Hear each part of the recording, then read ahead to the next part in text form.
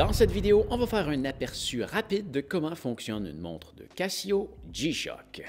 Je ne ferai pas un tutoriel super complet, j'ai fait plein d'autres tutoriels sur des sujets très précis. Je les présenterai à la fin de la vidéo. Donc, premièrement, voici l'interface de base. Dans l'écran du bas, on est capable de voir les secondes, l'heure et les minutes. Et en haut, on a une espèce de compteur de secondes qui est présentement un peu caché par une des aiguilles. Ensuite de ça, à gauche, on a une espèce de cadran qui indique dans quelle section de la montre on est. Quand tu vois rien dans ce cadran-là, ça veut dire que tu es sur l'écran d'accueil. Ensuite de ça, sur à peu près toutes les pages, il y a le bouton d'ajustement qui peut être pratique pour modifier les informations que tu retrouves sur cette page-là. Et dans tous les cas, il faut toujours le maintenir. Tu vois, ça m'a donné une petite information comme ça, mais si on veut modifier les informations, on le maintient et voilà, là on tombe sur une page de modification. Quand on veut modifier quelque chose, ça va toujours se faire avec ces deux boutons-là. Tu vois, là, ça me dit, en ce moment, tu vois, c'est NYC qui clignote. NYC pour New York City. On est en train de sélectionner le fuseau horaire sur lequel on est. Donc, si j'appuie sur Start, tu vois, je passe d'un fuseau horaire à l'autre. Je peux revenir aussi avec celui-là. Je vais revenir sélectionner New York City. Ensuite, si on veut passer à l'information suivante, j'appuie sur le bouton Mode, encore une fois. Là, tu vois, on vient de passer à quelque chose. C'est un Off qui clignote, mais tu vois qu'il y a un autre truc en haut qui clignote, DST pour Daylight Saving Time. Donc, c'est l'heure avancée, donc je peux la mettre à On ou à Off. Je réappuie encore, je peux choisir entre le mode 24 heures ou AM/PM. Je réappuie encore, je peux sélectionner les secondes, les heures, minutes, années, mois, jours. Je peux activer ou désactiver les bips quand on appuie sur une touche. Et quand j'appuie dessus encore, ça c'est la durée d'illumination de la lumière. Présentement à 3 secondes. Je peux aussi le mettre à 1 ou à 3. C'est les deux seules options qu'il y a. Et quand je rappuie dessus, on retourne à la première option. Donc si je veux en sortir, j'appuie sur le bouton Ajuste, juste ici. Ensuite de ça, tu vois là, on a quelque chose quand même d'important à savoir. Les flèches, des fois, ils vont te cacher des informations que tu as besoin.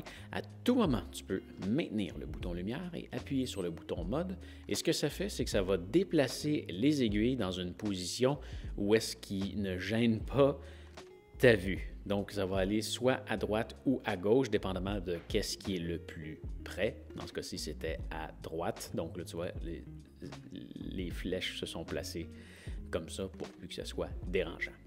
Ensuite de ça, si on veut changer de mode, ici, tu vois, on vient de tomber dans le mode timer, compte à rebours, qui est présentement mis à 9 minutes. Donc, si je le démarre, ben, j'ai un compte à rebours de 9 minutes qui est parti. Toujours le même principe, si je veux modifier mon compte à rebours, je vais maintenir le bouton, pas quand il est parti, je vais l'arrêter, je maintiens le bouton ajuster, je dois le réinitialiser, je maintiens le bouton ajuster et voilà, je peux modifier mon 9 minutes pour 8, 7 ou 11, peu importe. Et quand j'ai terminé, j'appuie sur Ajuste et j'appuie sur Start. Et voilà, j'ai un compte à rebours de 12 minutes. Donc, Start, ça l'arrête. Reset, ça le réinitialise. Mode suivant, WT pour World Time. Tu vois, en ce moment, ben, ça me permettrait de changer au fuseau horaire de Berlin. Mais je peux appuyer ici sur ça, sur Start à répétition. Ça me permet soit de voir à quelle heure sur quel fuseau horaire. Et si je le maintiens, donc là, si je veux aller, je sais pas, au fuseau horaire de Tokyo, eh bien, je peux maintenir le bouton Reset. Et là, tu vas voir, ça va faire un swap. Voilà, je viens de changer mon fuseau horaire. On change d'heure. Puis là, celle qui apparaît maintenant en bas, c'est celle de New York. Et les flèches viennent de se placer au fuseau horaire de Tokyo. Si je veux revenir à New York, je réappuie sur le bouton en haut et voilà, on revient à l'autre fuseau horaire. Ensuite de ça, on a alarme. Donc à partir d'ici, quand j'appuie sur Off, je peux voir toutes les alarmes. Donc il y a l'alarme avec le bouton Start. Donc alarme 1, alarme 2, 3, 4. On a un snooze, donc la durée du snooze. Et on a un SIG. SIG, c'est pour signal. Ça va faire un bip sonore au début de chaque heure s'il est activé. On l'active avec le bouton Reset. Et tu vois, En bas ici, il y a snooze, alarme et signal. Quand il y a quelque chose d'activé, il y a une petite barre qui apparaît juste en bas. Ensuite de ça, stopwatch. Donc ça, c'est un simple chronomètre. Tu peux venir le chercher avec le mode puis te rendre jusque dans stopwatch, mais tu peux aussi, à partir de l'écran principal, simplement appuyer sur Start, puis ça t'amène à stopwatch, puis ça part un chronomètre instantanément. C'est quand même assez pratique.